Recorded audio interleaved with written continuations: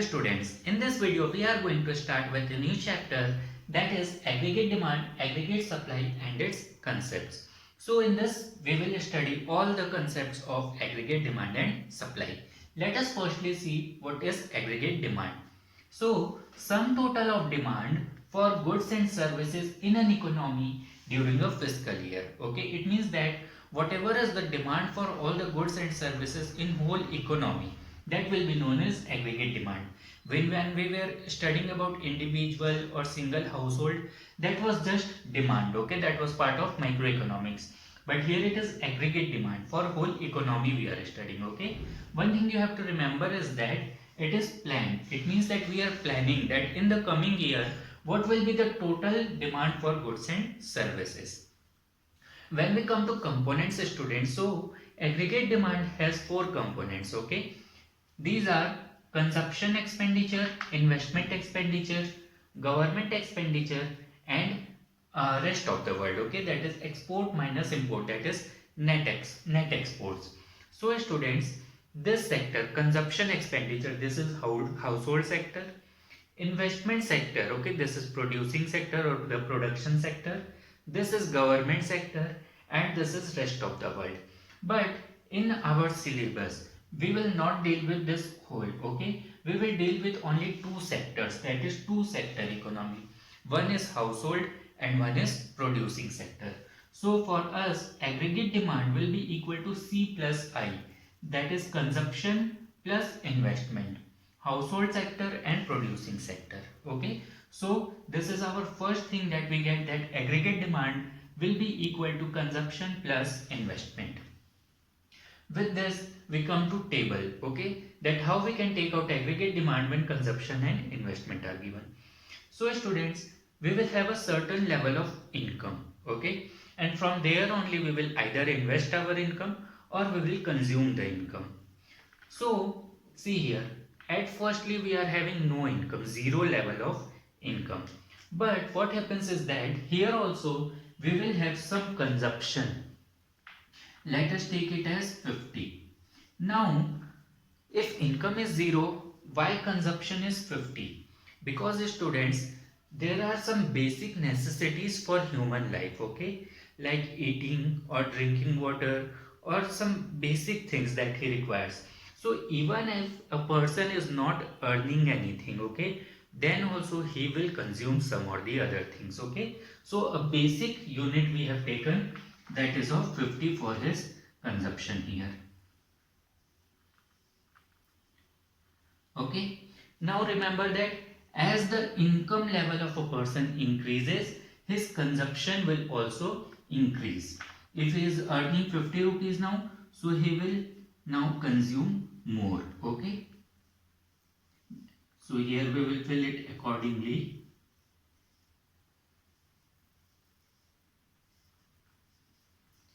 This is consumption. It means that as the level of income increases, consumption also increases. We tend to consume more.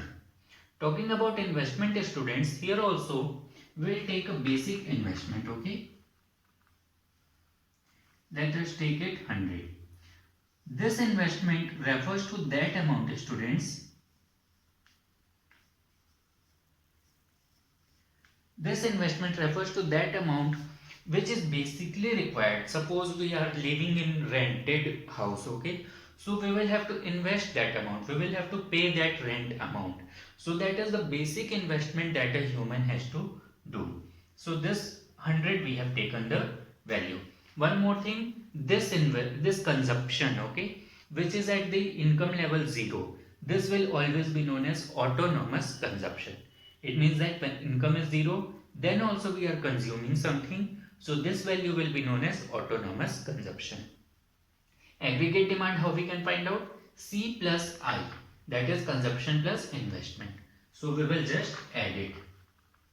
Okay, here it will be 150, 175, 200, 250, 300, 350.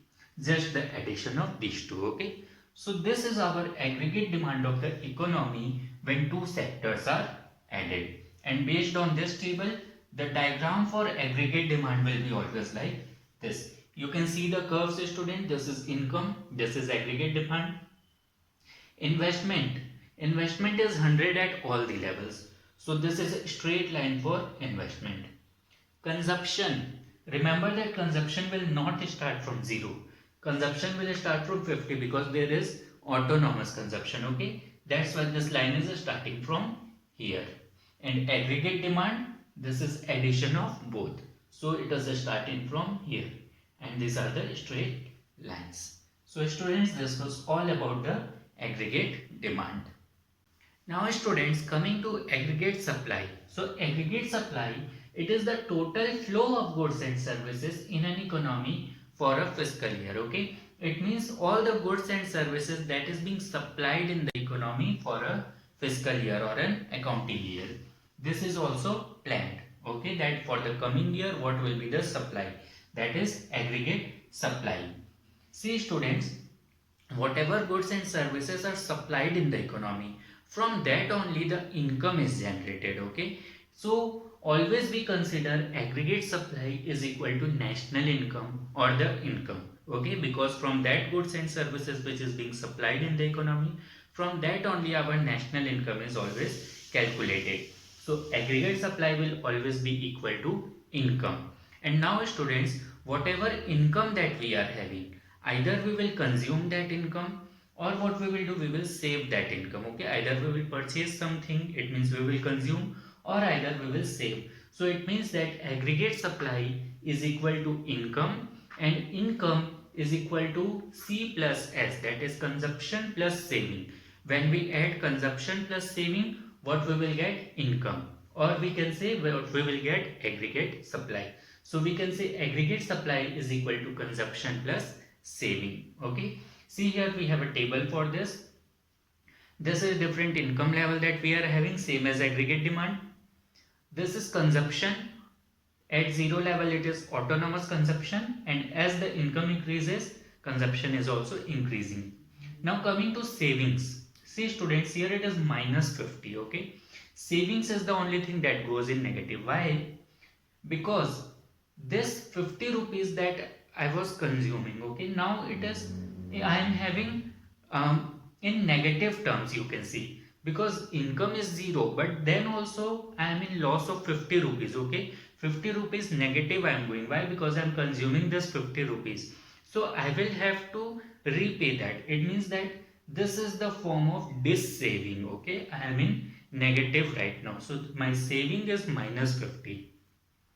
As soon as I earn some income, okay, now I have increased the consumption, that is 75.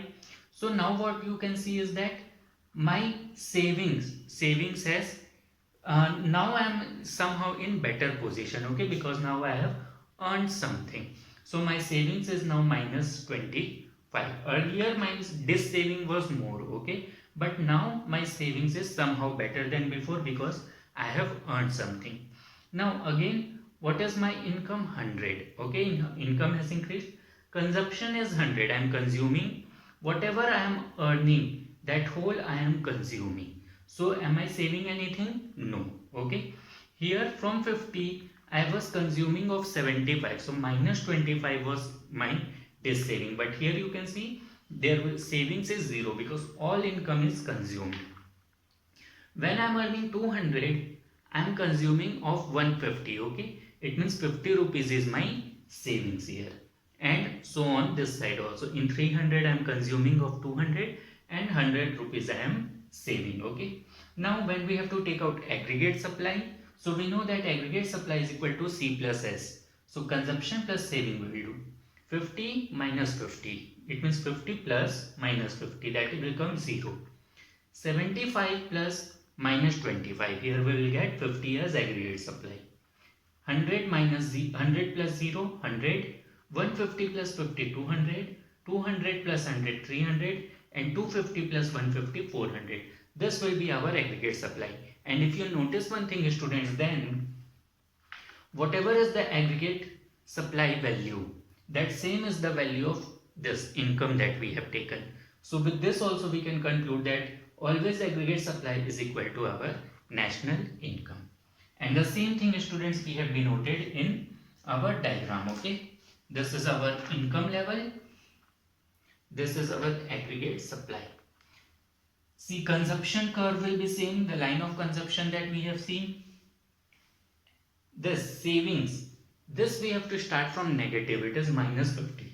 So that's why we have started from here, minus sign, okay, and then plotted accordingly. So our this is the saving line, and when we do this both, when we add both C plus S, then we get the line of aggregate supply, this one.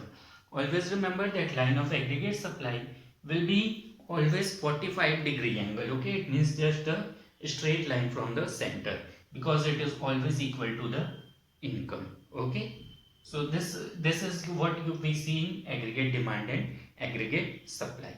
Thank you, students.